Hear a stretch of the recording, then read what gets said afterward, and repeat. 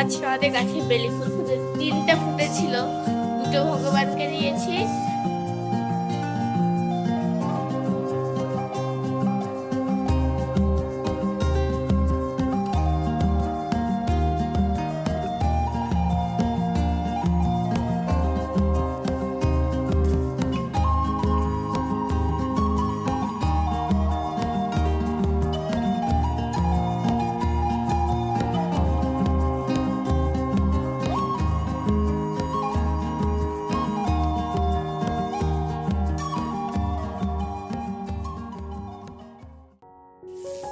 Wow, আজকে কি রান্না হচ্ছে? সারা ঘর গন্ধে মই মই করছে। কি রান্না করছো মা আজকে তুমি? এই যে খিচুড়ি রান্না করছি। খিচুড়ি আজ হবে আমাদের গরম গরম একটু পাতলা পাতলা খিচুড়ি। তাই এই যে এখন আমি এখানে দেখো, এই যে এখন খিচুড়ির জন্য আমি শুধু আজকে মুসুরির ডাল দিয়েই খিচুড়ি রান্না করছি। কোনো মুগ ডাল বা মটরের ডাল কিছুই দিচ্ছি না, শুধু মুসুরির ডালে রান্না করছি। এই যে আমি ডালটা সুন্দর করে একটু তেলে ভেজে নিয়েছি। আর তার আগে এই যে এখানে দেব গাজর, মিষ্টি কুমড়ো, না গাজর, মিষ্টি আলু, টমেটো। তো মিষ্টি আলু আর গাজরটা আমি ভেজে রেখেছি। এই যে টমেটো, তার সাথে হবে পটল ভাজি। পটল ভাজিটা ইগনোর করো, একটু কালো কালো হয়ে গেছে। আর হলো এই যে এখন হলো এই যে আমি ডালটা সুন্দর করে ভেজে নিলাম। এখন এর ভিতরে দিয়ে দেব, এর ভিতরে আমি ধুয়ে রাখা চাল, ধুয়ে রাখা চালটা দিয়ে সুন্দর করে লবণ হলুদ দিয়ে কষিয়ে নেব।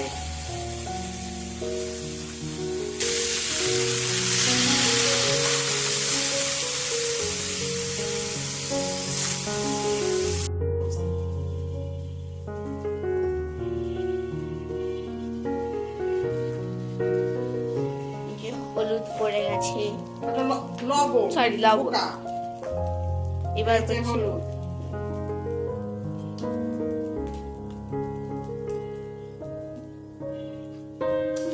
এটি এখন সুন্দর করে একটু কষিয়ে নেব। তোমরা কে কিভাবে খিচুড়ি রান্না করো আমি জানি না, তবে যদি কেউ এইভাবে রান্না না করে থাকো তাহলে একদিন একটু রান্না করে দেখো, আশা করছি খুব সুন্দর স্বাদ হবে। আর এমনি নর্মাল ভাবে তো তাড়াতাড়ি হয়তো মাখিয়ে রান্না করা যায়, বা একবারে দিয়ে প্রেসার কুকারে সিটি দিলাম। কিন্তু যদি একটু স্বাদ করে, মানে খুব একটু টেস্টি যদি তোমরা খেতে চাও, তাহলে এইভাবে সুন্দর করে কষিয়ে নিয়ে রান্না করবে। তাহলে আশা করছি এবং কথা দিচ্ছি যে খেতে অনেক সুন্দর স্বাদ লাগবে।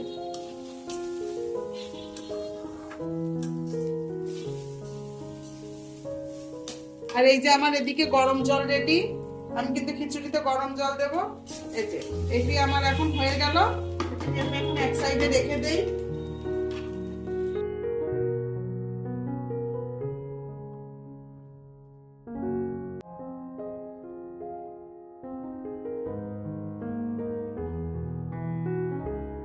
এবার আমি এখানে দিয়ে দেব সরিষার তেল। আমি কিন্তু সরিষার তেলে রান্না করব।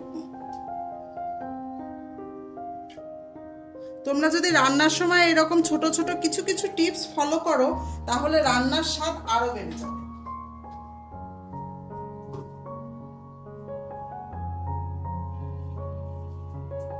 তেজপাতা,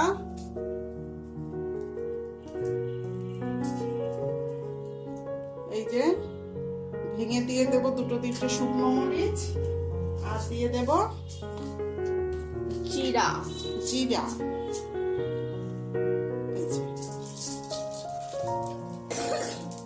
তোমরা চাইলে একটু পাঁচফোড়নও দিতে পারো, তবে আমি পেঁয়াজ রসুন দিয়ে যখন খিচুড়ি রান্না করি তখন পাঁচফোড়নটা দেই। যখন শুধু নিরামিষ খিচুড়ি রান্না করি তখন আমি পাঁচফোড়নটা দিই। মশলাটা থেকে ভাজা ভাজা হয়ে গেছে, সুন্দর একটা ফ্লেভার বেরিয়ে গেছে। এখন প্রথমে দিয়ে দেব আদা কুচি আর রসুন কুচি।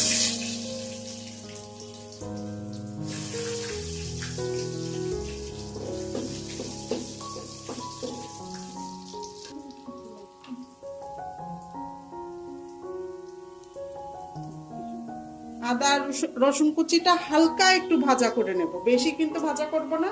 তারপর দিয়ে দেব পেঁয়াজ।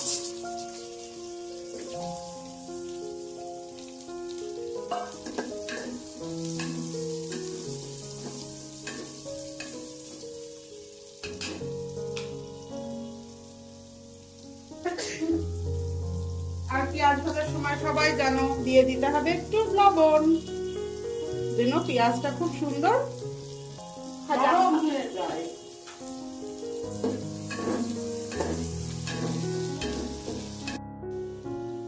এই দেখো পেঁয়াজটা আমি খুব বেশি লাল করিনি, আবার একেবারে সাদাও নাই, দেখো হালকা হালকা কিন্তু একটু লাল লাল হয়েছে। এরকম অবস্থায় যখন আসবে তখন আমি ওই ভাজা সবজিগুলো এখানে দিয়ে দেব, টমেটোটা পরে দেব। ভাজা সবজিগুলো দিয়ে দিব।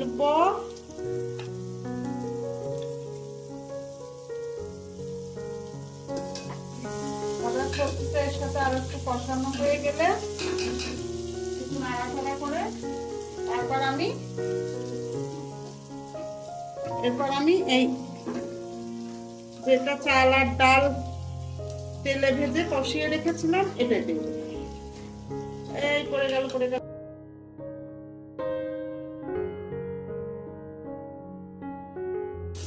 এত সুন্দর একটা ঘ্রাণ বের হচ্ছে। এইবার সুন্দর করে যে ওই যে ভাজা পেঁয়াজ রসুন সবকিছুর সাথে চাল আর ডালটা সুন্দর করে একদম মিশিয়ে নেব। আমি দিয়ে দেব কয়েকটা কাঁচামরিচ।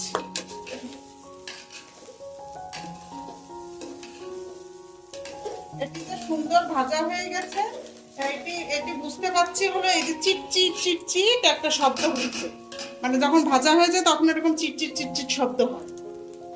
তোমরা শুনতে পাচ্ছ কিনা আমি জানি না। এরপর আমি দিয়ে দেব এই গরম জলটা। আমি যেহেতু আজকে পাতলা খিচুড়ি রান্না করব তাই জলের পরিমাণটা একটু বেশিই যাবে। তোমরা যদি ভুনা খিচুড়ি চাও তাহলে জল একটু কম করে দেবে, যে যেরকম খেতে চাও সেই পরিমাণে জল দেবে।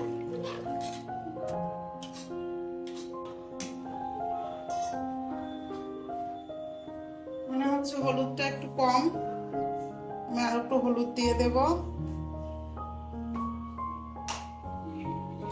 আমি এই সময় মোটামুটি সব দিয়ে একদম মুখ আটকে দেব। একটু মিষ্টি দিয়ে দেব, কারণ যেহেতু টমেটো যাবে আর আমাদের একটু মিষ্টি মিষ্টি খিচুড়িটা ভালো লাগে, একটু মিষ্টি দিয়ে দিলাম। যেহেতু কাঁচা জল গেছে তার জন্য একটু লবণও দিয়ে দেব। দিয়ে সুন্দর। জল কি আবার পাকা হয়? কাঁচা জল মানে হলো এটা জাস্ট খালি হালকা একটু গরম করা হয়েছে, আর যেটা হলো মানে জল অনেক ফোটে, মানে যেটা দেখা গেল আমরা তো ওই যে মাছের তরকারিতে কি আমরা জল দিই না, জল দিয়েই তো ঝোল বানাই, কিন্তু ওই ঝোলটা তো অনেকক্ষণ জাল হয়, ওর সাথে মশলাপাতি যায়, এজন্যই তো টেস্ট হয়। এজন্য আমি বললাম এটা কাঁচা জল, কারণ এর সাথে তো কোনো মশলাপাতি কোনো কিছু অ্যাড করা নেই, বুঝলে? ওকে, থ্যাংক ইউ। এখন এই যে আমি একদম আটকে দিলাম।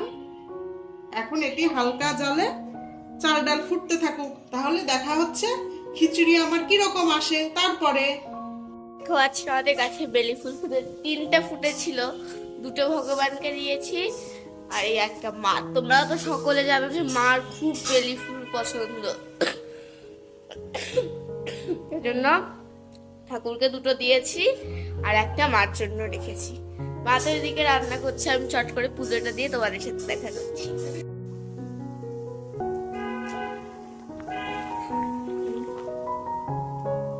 এই যে আমার খিচুড়ি প্রায় রেডি। এখন আমার একটা ভাজা মশলা আমি রেডি করে রাখি, ওই ভাজা মশলাটা দেব আর ঘি দেব। ও আমি মাঝখানে কিন্তু টমেটো দিয়ে দিয়েছিলাম আর হলো কয়টা মটরশুঁটি দিয়ে দিয়েছিলাম। এই দেখো তোমরা মটরশুঁটি বুঝতে পারছো কিনা, আমি কয়টা মটরশুঁটি আর টমেটো দিয়ে দিয়েছি। আর এইদিকে এই যে আমার ডিমের একদম কষা চলছে। আজকে কোনো বেশি ঝোল রাখবো না, একদম সুন্দর তেল তেল মশলা মশলা করে রাখবো। আর মেয়ে তো বললোই হাঁসের ডিম, খিচুড়ি হাঁসের ডিম। এখন আমি খিচুড়িতে দিয়ে দেব একদম সুন্দর গাওয়া ঘি দিয়ে একদম সুন্দর করে আটকে দেব। তাহলে দেখা হচ্ছে, রান্না শেষ করি। সেই দুপুরবেলা রান্না বান্নার পর থেকে মোবাইল হাতেই নেইনি, হাতে নেব কিভাবে, ঘুমায় অস্থির। আমি যে কি ঘুম দিলাম আমি নিজেই বুঝতে পারছি না। মানে বলছি না যে আমাদের এখানে একটু ঠান্ডা ঠান্ডা ওয়েদার পড়েছে, একটা ঠান্ডা ঠান্ডা হাওয়া। দুপুরবেলা খেলাম, একটু তরকারি বলে কথা বলতে একটু অসুবিধা হচ্ছে। দুপুরবেলা তো খেলাম খিচুড়ি, ওই হাঁসের ডিম, পটল ভাজি, ওগুলো খেলাম। মেয়ের বাবা অফিস থেকে আসলো, আসার পরে কি হলো, মনে করলাম কি যে একটু শুয়ে রেস্ট নেই, সে ঘুমোলাম। এখন বাজে রাত 8টা। আমি তো অবাক, অবাক এত ঘুমালাম কিভাবে। তাও সে মেয়ে এসে ডাকছে কানের কাছে যে মা ঘুম থেকে ওঠো, ঘুম থেকে ওঠো, রাত 8টা বাজে।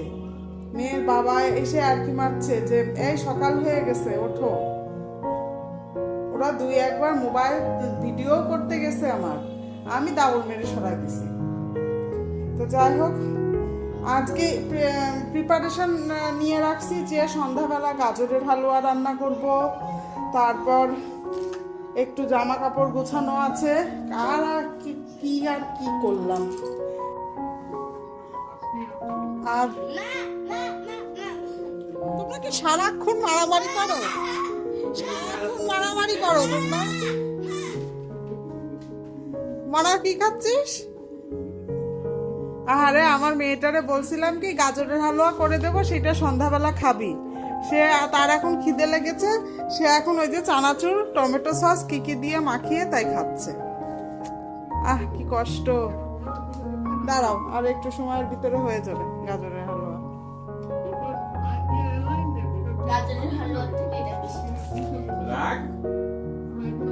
আর ওই যে মেয়ের বাবা বসে বসে কম্পিউটারে এডিটিং এর কাজ করছে, আমার এডিট ম্যান। সে এডিট না করে দিলে আমার ভিডিওর কোনো মূল্যই নেই।